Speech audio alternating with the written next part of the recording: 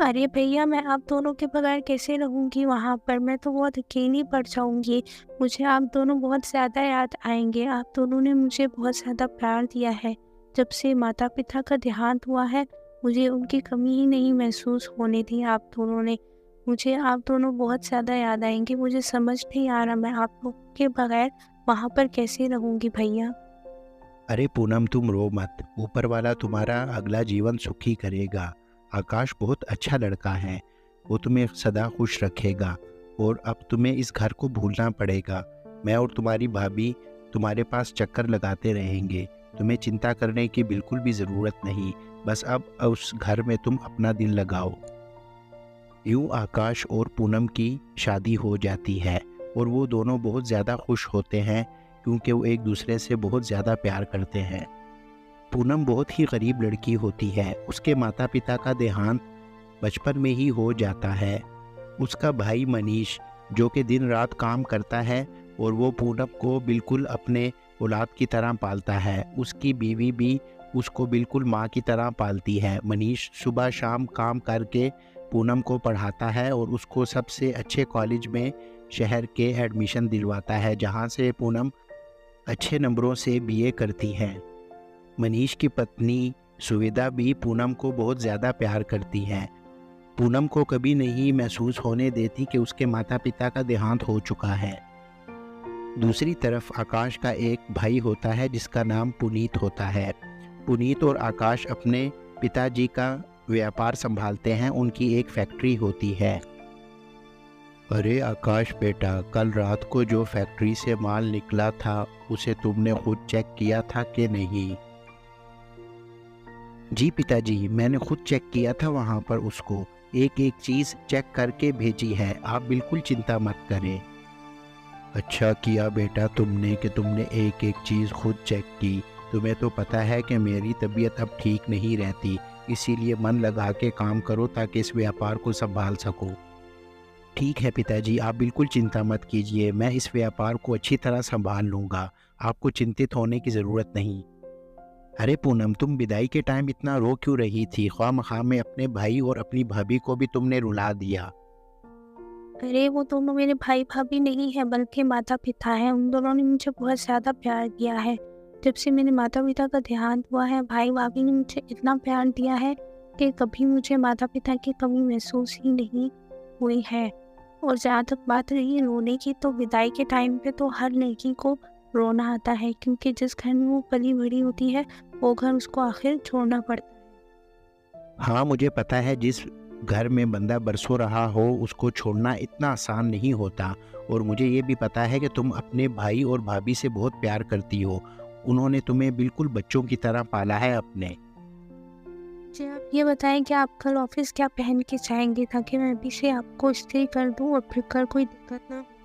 अरे पूनम, तुम उसकी चिंता बिल्कुल मत करो। हमारे यहाँ काम करने के लिए नौकर हैं। बस तुम अपने ऊपर ध्यान दो। अगर तुम्हें कोई चीज़ ज़रूरत हो तो मुझे बताओ। एक दिन आकाश अपने ऑफिस में होता है कि उसको कॉल आती है कि उसके पिताजी की तबीयत बहुत ज़्यादा ख़राब हो गई है और उनको हार्ट अटैक हो गया है, इसलिए वो जल्दी हॉस्पिटल पहुँचे। आकाश जल्दी से गाड़ी निकालकर हॉस्पिटल की ओर चल पड़ता है और उसे काफ़ी चिंता हो रही होती है कि पिताजी को क्या हो गया, वो हॉस्पिटल क्यों पहुंच गए।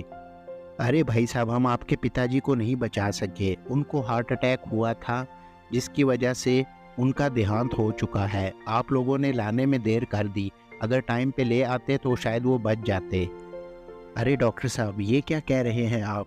ये ऐसा नहीं हो सकता। मैं तो उनको ठीक ठाक छोड़ के आया था। आप उन्हें बचा लीजिए, मैं उनके बगैर नहीं रह सकता। अरे हमने उनको बचाने की बहुत ज़्यादा कोशिश की, लेकिन वो नहीं बच सके देर होने के कारण। पिता के देहांत की खबर सुनकर आकाश बहुत ज़्यादा रोने लगता है और वो सोच रहा होता है कि अब क्या होगा। यूँ पिता की देहांत के बाद सारी जिम्मेवारी आकाश और पुनीत पर आ जाती है और आकाश पुनीत से कहता है कि अबे हम मन लगा के काम करना होगा। दूसरी तरफ भी कोई अच्छा नहीं होता। गांव में बारिश ना होने की वजह से फसल सारी तबाह हो जाती है और वहाँ पर कोई फसल नहीं होती। पूनम के भाई और भाभी बहुत ज़्यादा परेशान होते हैं कि इस बार फसल भी नहीं हुई तो वो लोग खाएंगे पिएंगे कहाँ से, या नहीं तो फाकों तक नौबत आ जाएगी। अरे सुविधा, इस बार क्या होगा? मुझे तो कुछ समझ नहीं आ रही, फसल भी नहीं हुई। हम लोग खाएँगे पिएँगे कहाँ से? क्या होगा? अरे ये तो बहुत चिंता की बात है, अगर बारिश ना हो तो हम लोग कहाँ से खाएँगे? हमें तो फिर फाकों की नौबत आ जाएगी, पता नहीं बारिश कब होगी। ऊपर वाला अच्छा ही करेगा, जो भी करेगा अच्छा ही करेगा। तुम बिल्कुल चिंता मत करो, मैं कुछ ना कुछ कर लूँगा। ये बात शहर में बैठी हुई पूनम को भी मिल जाती है कि इस बार बारिश नहीं हुई और भाई और भाभी को तो खाने के लाले पड़े हुए हैं। वो ये सोच रही होती है कि आज वो आकाश से बात करेगी कि वो भाई और भाभी की मदद करे ताकि उनको खाने में कोई दिक्कत ना हो। अरे पूनम, तुम क्यों इतनी परेशान बैठी हुई हो? खैरियत तो है ना सब? अरे मुझे बहुत ज़्यादा चिंता हो रही है, वहाँ गाँव में बारिश नहीं हुई है और इस वजह से वहाँ पर फसल भी नहीं हुई है और भाई-भाभी के पास तो कुछ भी नहीं है खाने को, उनके घर पर फाकों की नौबत आ चुकी है। अरे इसमें चिंता की क्या बात है? तुम अपने भाई और भाभी को यहीं ले आओ। वैसे भी पिताजी के गुजर जाने के बाद उनका कमरा खाली है, तो वो यहीं रह लेंगे हम लोगों के पास। इसमें चिंता की क्या बात है? अरे आकाश, आप कितने अच्छे हैं, आपने मेरा कितना ख़्याल किया कि आपने मेरे भाई-भाभी को यहाँ पर रहने की इजाज़त दे दी। मैं ऐसा करती हूँ कि कल ही जाती हूँ और उन दोनों को पूनम अपने भाई और भाभी को मना रही होती है कि वो उसके साथ शहर चलें रहने के लिए, लेकिन वो नहीं मान रहे होते। अरे भैया, क्या मसला है? इतना बड़ा घर है, हम वहाँ पर आसानी से काफ़ी लोग रह सकते हैं और आकाश को भी कोई दिक्कत नहीं है, तो फिर आपको क्या मसला है? चले चलते हैं यहाँ से, वहाँ पर रहेंगे। अरे पूनम, अभी तुम्हारे भाई के इतने बुरा वक्त नहीं आया कि वो अपनी बहन के घर रहे। तुम जाओ और अपने घर में रहो सुखी। तुम हमारी चिंता मत करो, आ गई समझ, अब जाओ। अरे भैया, आपने सारी उम्र मेरा इतना ख़्याल रखा है, मेरे लिए इतना कुछ किया है, तो अब मेरा भी तो फ़र्ज़ बनता है कि मैं भी आपके लिए कुछ करूँ और कुछ भी अच्छा नहीं है, मैंने रसोई में देखा है, कुछ खाने को भी नहीं है। आप चलें ना वहाँ पर, आपको क्या दिक्कत है? अगर फिर भी आप नहीं जाना चाहते तो इतनी बड़ी फैक्ट्री है, आप वहाँ पर काम कर लें, आपको काफ़ी अच्छी पगार मिलेगी। हाँ ठीक है, मैं तुम्हारे साथ चला जाऊँगा, लेकिन वहाँ पर मैं तुम्हारी फैक्ट्री में काम करूँगा, मैं मुफ्त में नहीं रहने वाला। हाँ, ये ठीक है, आप चिंता मत कीजिए, आप अपना ज़रूरी सामान इकट्ठा कर लीजिए और चलिए मेरे साथ आप शहर में। अब मनीष गांव से शहर आ जाता है और वो आकाश की फैक्ट्री में काम करने लगता है और उनके अच्छे दिन शुरू हो जाते हैं। अरे सुविधा, फैक्ट्री में तो बहुत ही बढ़िया काम चल रहा है। काम भी बहुत ज़्यादा आसान है और पगार भी बहुत अच्छा मिलता है। अब तो हमारे अच्छे दिन आ गए। अरे बात सुनिए, ये सब पूनम की वजह से हुआ है, अगर पूनम यहाँ पर ना होती तो हम अभी भी गाँव में फाके काट रहे होते और इतनी गरीबी और दर्द भरी ज़िंदगी जी रहे। हाँ हाँ, तुम ठीक कह रही हो, ये सब पूनम की वजह से हुआ है। अगर पूनम हमें ना बुलाती तो हम अभी भी वहाँ पर फाके ही काट रहे होते और बहुत मुसीबत में होते। अरे क्या हुआ है आपको? आप क्यों इतनी चिंता में हैं? मुझे बताइए क्या हुआ है? शायद मैं ही आपकी परेशानी का कोई ना कोई हल निकाल सकूँ, बताइए मुझे ज़रा। अरे पूनम, कुछ नहीं, बस फैक्ट्री की टेंशन चल रही है। जितना माल बन रहा है उतना बाहर नहीं जा रहा, पता नहीं बीच में माल कहाँ से गायब हो रहा है, इसीलिए यही टेंशन बनी हुई है। अरे तो इसमें इतनी चिंता की क्या बात है? जिस स्टेशन से माल गायब हो रहा है आप पता करवाइए ना, ताकि पता चल सके कि कौन है जो ये माल को गायब कर रहा है। अरे मैंने पता करवाया है, जिस स्टेशन से माल गायब हो रहा है उसके सुपरवाइज़र तुम्हारे भाई हैं, लेकिन समझ नहीं आ रहा कि माल कैसे गायब हो रहा है। मैं सीसीटीवी फुटेज चेक करवाता हूँ। अरे पूनम, तुम्हें एक बात बताऊँ, तुम बुरा तो नहीं मानोगी, पहले वादा करो। अरे आप बताइए तो सही कि हुआ क्या है, मुझे बताइए। मैंने सीसीटीवी फुटेज चेक करवाई है, तुम्हारे भाई ही दोषी निकले हैं। वो फैक्ट्री से माल ले जाकर कहीं और गायब कर देते हैं सीसीटीवी फुटेज में। हमने उनको पकड़ लिया और उनको अब फैक्ट्री से निकाल दिया है। जितना माल निकल रहा था फैक्ट्री से उतने की पेमेंट नहीं आ रही थी, इसलिए हमने उनको निकाल दिया। अरे ये क्या हो गया? मेरा भाई बेईमान कैसे हो गया? मेरे भाई ने कभी भी बेईमानी नहीं की है, उसने कभी भी चोरी नहीं की, पता नहीं ये क्या हो गया है। तुम्हारा भाई होने की वजह से हमने पुलिस को भी कॉल नहीं की, सिर्फ उनको फैक्ट्री से निकाल दिया, नहीं तो बदनामी होती। अरे आपका बहुत धन्यवाद कि आपने पुलिस को कॉल नहीं की। मैं कल ही जाकर उनसे पूछती हूँ कि उन्होंने ऐसा क्यों कर दिया, मुझे इतना बदनाम क्यों कर दिया उन्होंने। अरे भैया, मैंने आपका क्या बिगाड़ा था जो आपने मेरे पति की फैक्ट्री में ही चोरी कर डाली।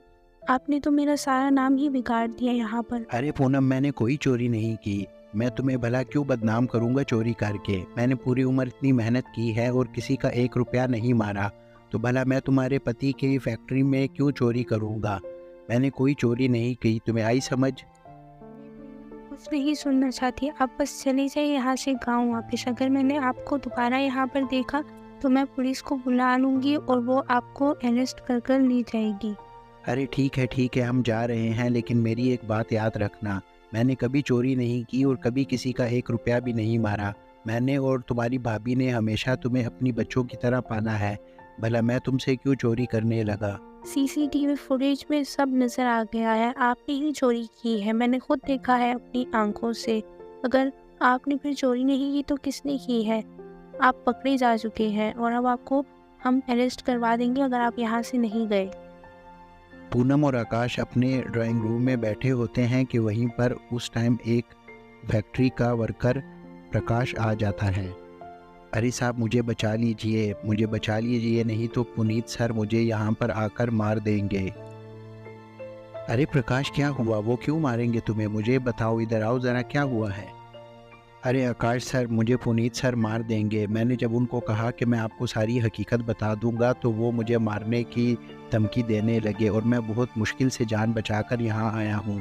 दरअसल बात यह है कि जो आपने इनके भाई को निकाला है, गलत किया है। सीसीटीवी फुटेज में वो एक बॉक्स लेकर जा रहे थे, लेकिन आपने उस बॉक्स को नहीं देखा कि उसमें क्या था। उसमें पंचर का सामान था, वहाँ पर ट्रक पंचर हो गया था और वो उसको ठीक करने के लिए लेके जा रहे थे ताकि डिलीवरी लेट ना हो।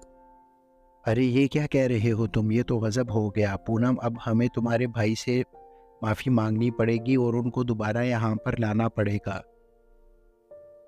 यूँ पुनीत की उस हरकत के बाद आकाश पुनीत के पास जाता है और उससे अपना सारा बिजनेस सेपरेट कर लेता है और वो कहता है कि मैं आपके साथ आइंदा के बाद कभी बिजनेस नहीं करूँगा।